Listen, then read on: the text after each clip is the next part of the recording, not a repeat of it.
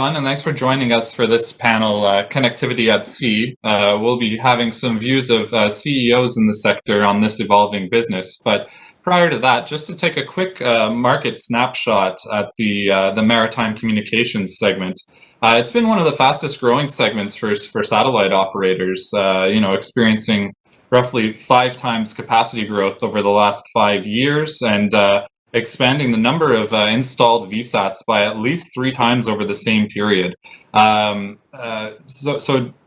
we'll jump right in, and I'll start introducing the panel here. I'm joined by Stephen Pickett, the CEO of RigNet, Martin Kitts van Heyningen, the president and CEO of KVH, and Pradip Nath, the managing director and CEO of Nelco. Hello, gentlemen. Thanks for joining me today. I'd like to give you guys the chance to introduce yourselves and your companies quickly. So maybe Stephen, we can start with you. Great. Thank you, Brent. Hey, thanks for the invite for the session today, and pleasure to be here with all of the other panelists, and indeed a big thank you for those of you who have connected to the panel. So in terms of RigNet, we're a company that has historically been focused on delivering managed communication services largely to the energy sector. We got our start about 20 years ago. Actually, the history of the company goes back about 45 years when you consider some of the acquisitions that we've done. But as the name would suggest, we got our start by providing managed communication services on one of the most complex edges in the world, and that is a rig, or also known as a drill ship. Today, and over the last 4 or 5 years, we've been driving a transformation in the business that has done 2 things. Number one, it has moved us more significantly in terms of delivering services, not just to rigs or drill ships, but we're now providing services really across the energy value chain. That includes midstream, which includes things like pipelines, as well as production facilities as well. And we've also begun to deliver our managed communication services in other verticals, including the government vertical. In addition to that transition, where we have expanded where we deliver a managed communication service, we've also, over the course of the last several years, significantly invested in new technologies with an eye toward helping our customers extract the maximum value possible from the network capacity that we deliver to them. So through a series of acquisitions and through some organic development, we now have a broad software business that delivers things like real-time machine learning to our customers, again, to help them extract the value from the bits that we deliver to them, and then a host of other business services and entertainment services, the entertainment services for the people who live on these vessels, typically for a couple of weeks or a month at a time. So we've put that all together and have created essentially a vertically integrated technology company, and deliver those services, again, mostly to the energy market, but have begun to move out into other verticals as well. Super. Thanks, Stephen. Pradip, tell us a bit about yourself and Nelco. Thank you. Hi, this is Pradip Nath. Brent, thanks so much for inviting me. And thank you for giving me the opportunity to talk about the company. Nelco, we are a Tata Group company in India. It's a very old company. We are more than 75 years old. Having said that, we have transformed as a company. We are now focused entirely as a VSAT service provider in the country. We are a major VSAT service provider for the enterprise market. We have got about 76,000 plus VSATs installed across the country. We are market leaders in some of the same segments like the bank ATMs, the offshore energy, the oil rigs. That is a market where we are by far the market leaders. We are a technology agnostic company. We are not wedded to any specific technology for a satellite either, nor are we specific to any band. We offer both on KU band as well as on C band services. India is a highly regulated market for the satellite communication services. The whole thing operates under a certain license that we get from Department of Telecom. So far, it was not allowed to have any mobile VSATs in the country. Last about a year and a half back, the government has finally allowed to have mobility, but restricted to only maritime and aero IFC. So we are one of the first companies to have taken the license for both offering maritime and aero IFC services. Our belief has been that to grow as a satellite communication service provider, these are the two very important segments where we have to start playing.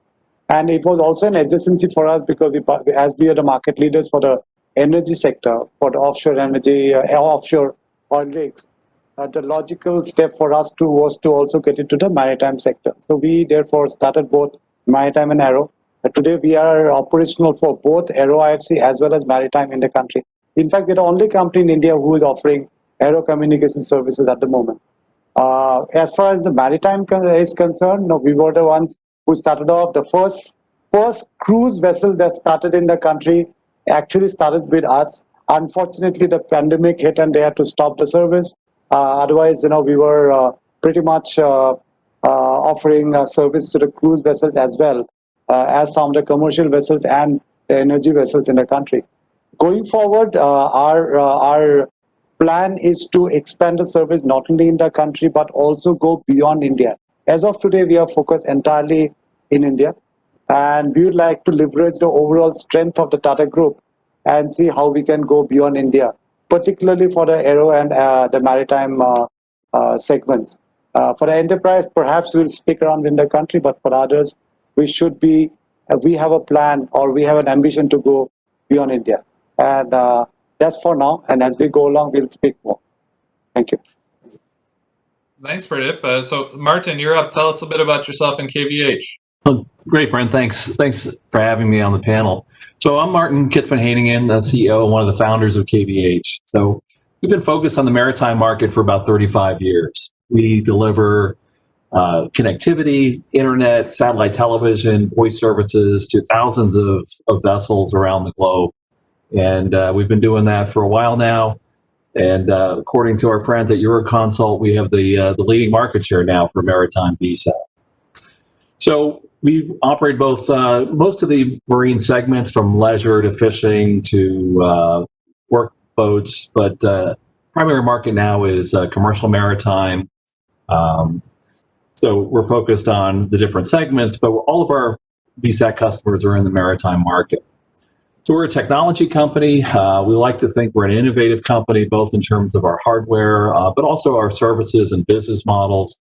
Things like connectivity as a service, which we launched recently, has been very, very popular. So I think what really makes us stand apart from the others, we believe, is that we're a sort of a vertically integrated one-stop shop. So we actually manufacture the hardware, we design it, we write the software, we run the network, we have services, bandwidth, value added, content, and do installation and support. So we like to call it one-stop shop, but our customers like to call it one throat to choke. So that's KVH in a nutshell.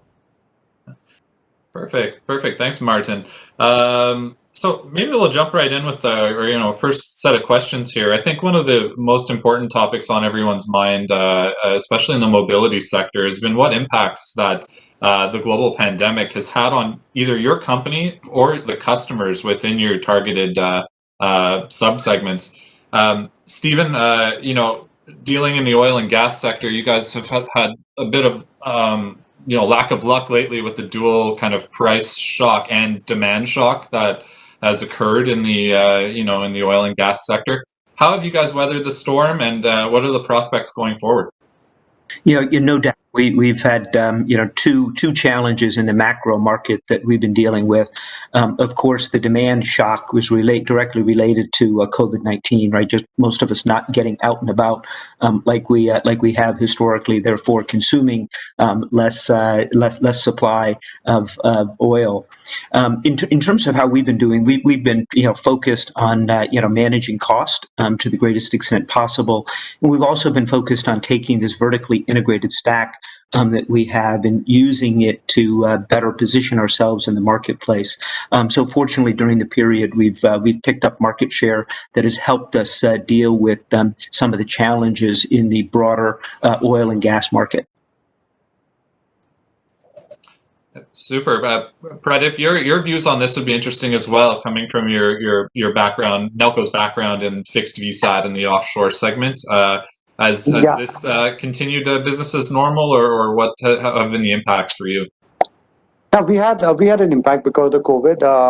As far as our enterprise business is concerned, while some of our sectors are fairly robust in terms of the banking sector, in terms of oil retail, even offshore energy was reasonably stable. But some of the projects that got delayed and that started hitting us. But what really hit us was that there were no new projects coming in. And and the capacity that we've already built in, expecting some of the new orders to be coming in. So that capacity started hitting us. And in India, because it's a regulated market, you need to buy the capacity through a government agency, and therefore buying and selling is not as easy as it's in the rest of the world. And so therefore, if you give up the capacity to acquire it back, it itself takes a lot of time. So we got settled with excess capacity, which we couldn't utilize because the new project didn't come up. So that started hitting us. So that's where we started seeing how to reduce the cost and tide over the problem. As far as the maritime and aero markets are concerned, yes, they took a hit. For example, as I said in my beginning, that we took off the ground fairly well for the maritime sector.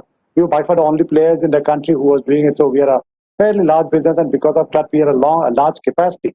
And the moment that COVID hit, it started dwindling, and particularly the cruise vessels which were there consuming a fair amount of capacity, and overnight it kind of went off. So that started impacting us. As far as aero business is concerned, because of this, we expected a lot of aero business, we had built capacity. That didn't happen. So these were the challenges that we faced. However, we managed our cost, and we've been able to reduce the prices of our input capacity in some places. Somewhere we have surrendered some small capacity. So overall, we've maintained ourselves. So we've continued to remain profitable as a company. But yes, the revenue growth has not happened. Fair enough. Thanks for the insights, Pradip. Martin, something is happening at KVH. You've outperformed expectations the last couple of quarters. You mentioned, being grounded in the commercial kind of shipping sector. What's happening there? Yeah, so it's kind of interesting. If you look at the impact of COVID, it's kind of a rolling impact throughout, the globe and different parts of the industry. So early on, and it was all about China, and nobody wanted to send personnel there to, when vessels were in dry dock. So, that impacted some things. And, but as the shipping industry reacted, crew rotations stopped happening. So people weren't able to get crew off ships. So, a lot of the shipping companies wanted to get better connectivity so the crew could, give them a little bit more of a crew welfare situational improvement. And you saw a ramp in demand for that. And then at the same time, because they had trouble getting engineers into ports and being able to service equipment on board, they started increasing the amount of bandwidth so they could do remote interventions and try to do remote repairs and things like that. So on the commercial side, that's definitely driving an increase in bandwidth demand. So it's not just subscriber growth, but it's also bandwidth demand. And on leisure, it was somewhat similar. Early in March and April, you saw a big impact in Europe and Italy. The boat builders shut down. But then as people started to come out of lockdown, or areas, where people were working from home, a lot of the leisure customers wanted to be able to work from boat. So they would just, try to get away and get remote connectivity and be able to work from wherever they are. So I think overall that impacted demand for bandwidth, which helped us increase. We're up about 9% last quarter in terms of our VSAT airtime revenues. Martin, I'm putting my consulting hat on here. Roughly, what kind of bandwidth growth did you see on average on, depending on the type of vessel or market? But is this, material growth just in a really short period of time? Yeah, so not all increases in bandwidth consumption result in increases in revenue, unfortunately. So we have seen a very dramatic growth, 30-40% increase in the amount of bandwidth people are using. So I think that's accelerating a permanent change in the industry. Shipping traditionally evolved with very sophisticated, software tools to eliminate bandwidth usage. They did everything they possibly could to prevent people from using data on ships because it was so absolutely crazily expensive.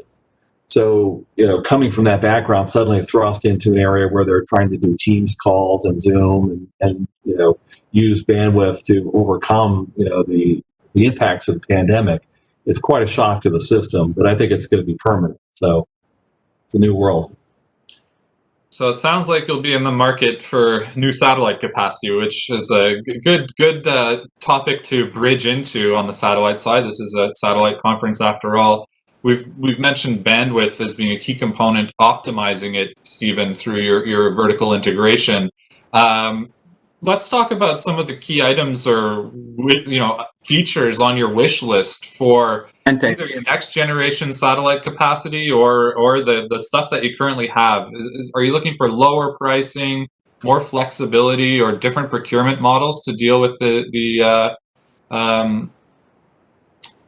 I think, oh yeah, there you are. Yeah, sorry, I just lost you there.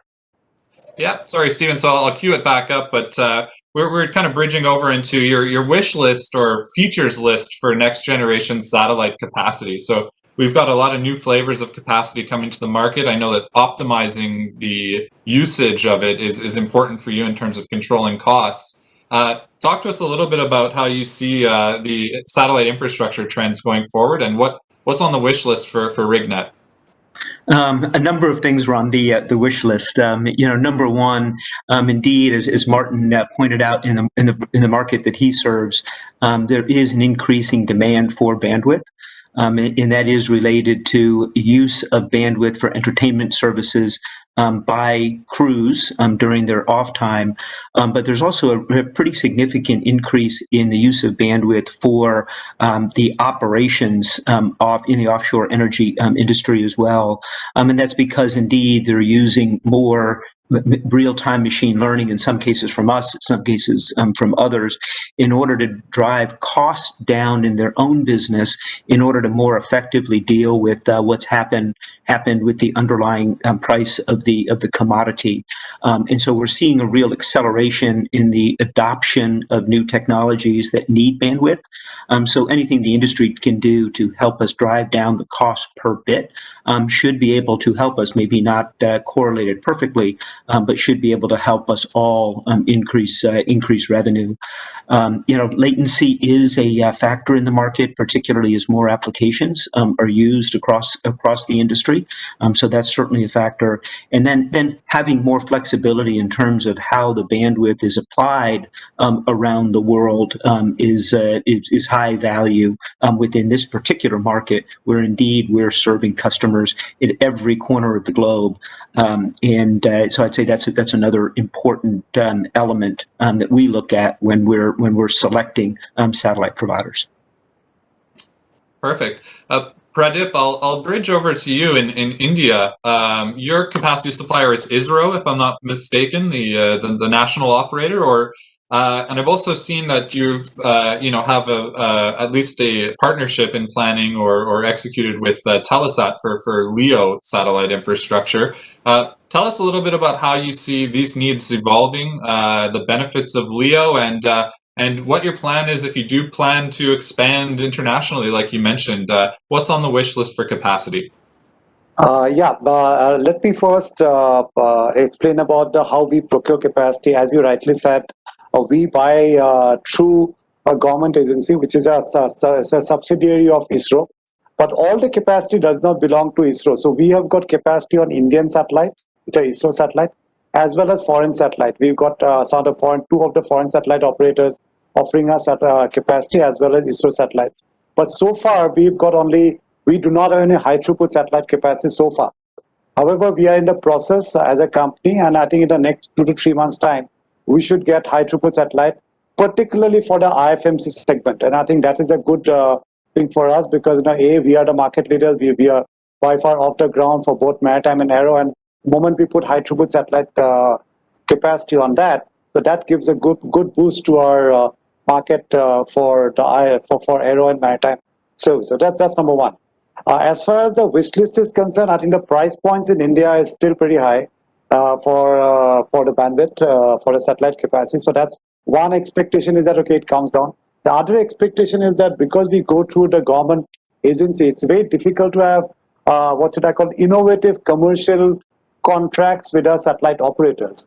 So that kind of becomes binding, whereas your end customer is expecting a lot of flexibility in terms of how you price, what kind of bundling you do. But as far as your buy price is concerned, they are remaining flat. Second is that as we buy more capacity, our per unit cost still remains the same. Whether you buy 1 transponder or 5 transponder, your prices don't really come down. So that is the other thing that is in our wish list, that okay, it kind of comes down.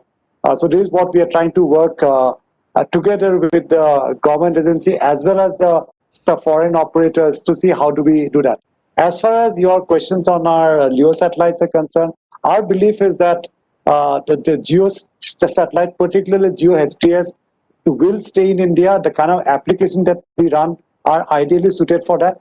Having said that, with LEO satellites coming in, there will be some more applications coming up in the country, particularly for the 4G, 5G backhauls, remote village connectivity, etc. So those are the new markets which are not possible in the current context because of the kind of satellite capacity that we have. So therefore, that will open up a new market. So therefore, for us, it will be both GSO capacity as well as LEO satellite capacity. Both the things would be applicable for us, and it will depend on what application that we run, and we'll choose accordingly. So therefore, our focus will be to have both of them as we go along. Perfect. Thank you for those insights. Martin, so KVH, needs the global footprint if you're serving the commercial shipping segments. I know that you guys have been recent adopters of KU HTS capacity. Your network is in KU band.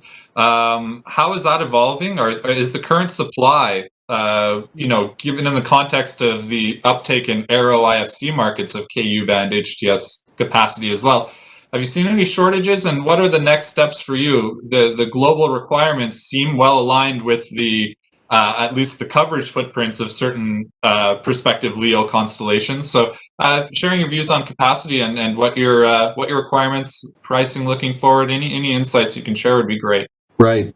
Yeah. So, starting with the customer side, you get the demand for customers, and it's not really for lower prices. What customers are looking for is more bandwidth. So, they seem to be happy with what they're spending, but they just want a lot more of it for the same price, which of course, puts challenges on us as a supplier and on our, and our vendors to make sure that we're able to keep up with the demand.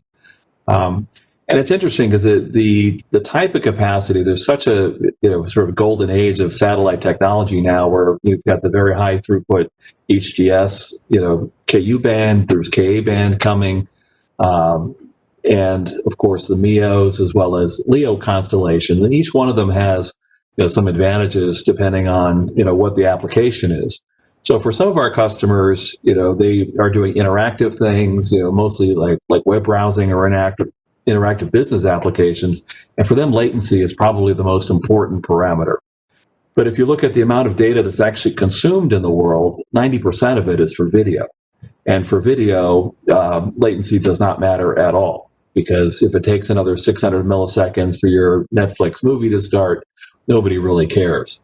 So I think there might be a hybrid solution where you're offloading a tremendous amount of the absolute bandwidth in terms of total gigabytes delivered to each vessel that might stay on the GEO satellites for a long time, and also in terms of coverage, because the LEO satellites eventually are going to have inter-satellite links, but today most of them don't, which means that you're very constrained in terms of mid-ocean coverage. So, as that evolves, there may be a period of a year, many years perhaps, where you might have a hybrid solution to actually get the coverage that you need, whether that's two KU band systems or KU and KA.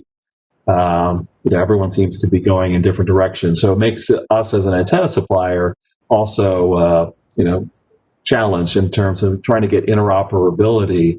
But we see, LEO-ready solutions as being the key going forward. Great. Thanks very much for that. So I guess maybe we can jump into a bridge over to the topic of competition amongst other VSAT service providers and how that's been evolving. Stephen, you had mentioned that you've been able to pick up market share, in the current conditions. Has this been from other satellite service providers, or is this from terrestrial players as well? And how do you see the competition from terrestrial players when you're talking about more fixed kind of demand, like production platforms or pipelines? In terms of in terms of our market share, and let me start by saying the market that we serve is generally covered by other managed communication services providers. And that's because in order to provide service to these large energy companies, you have to have a global footprint, and you have to have a team of professionals who are not only, technically savvy, right, have the right technical chops, but you also need people who have special certifications in order to work in these often hazardous environments. So that usually requires a managed communication services layer on top of the delivery of the satellite capacity itself. So we have that and have obviously built it over the course of many years. So our market share gains have been relative to other managed communication services providers. When it comes to terrestrial service, we do provide service on land as well, oftentimes via satellite. And that business is also about being a managed communication services provider. It's not often that a customer is going direct to a satellite provider because of the kinds of services that they need, and partly because the reliability of the service is so important. Where oil is being extracted or produced, lives are dependent on the network being up and running. And so there's a particular focus on making sure that you have a supplier who understands that when there is a problem, there needs to be a sense of urgency around getting that problem addressed and getting the network up and running quickly. Right. So I think that's a long answer to your question, but the network capacity is increasingly important to them, particularly given the digital solutions that they're deploying, even at these complex edges. Oh, thanks, Stephen. So we actually have one question from the audience. We're closing in on the end of our time here, Martin. So maybe quickly, we have a question. How is your partnership with Cognify? I guess that's Kongsberg. And are you seeing a significant number of shipping companies opting for digitization? Sorry about that. So this is about our watch product. So I mentioned before that we started a sort of innovative business model for connectivity as a service.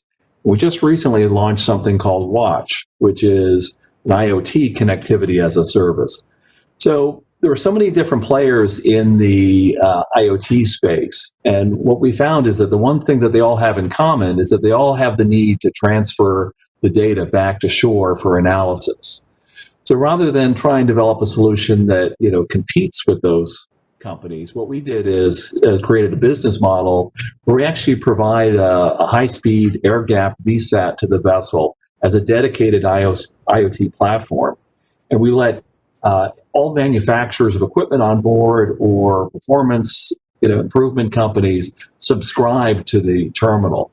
So what we do is we interface with the equipment on board. We compress the data, we transmit the data, we store it in the cloud, we have APIs to let people access the information, and then they're the ones who are selling the value-added services to ship owners.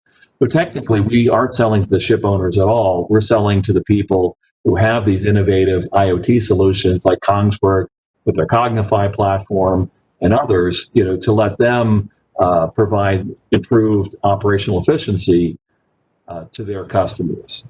Because, for example, an engine manufacturer, they know exactly what parameters to look for in their data. So it's much better to transmit it to them and let them sell a service contract back to the ship owner. Right. Well, thanks, Martin, for that for taking that question. And honestly, that was a great conversation, guys. We've run up against the end of our time, so I'd like to thank you, Pradip, Martin, and Stephen, for your time joining us and sharing your views on the connectivity segment today in the maritime market. And thanks to the audience for joining as well. And we'll bridge directly into our next panel. Thank you very much, guys. Great. Thanks. Thank you.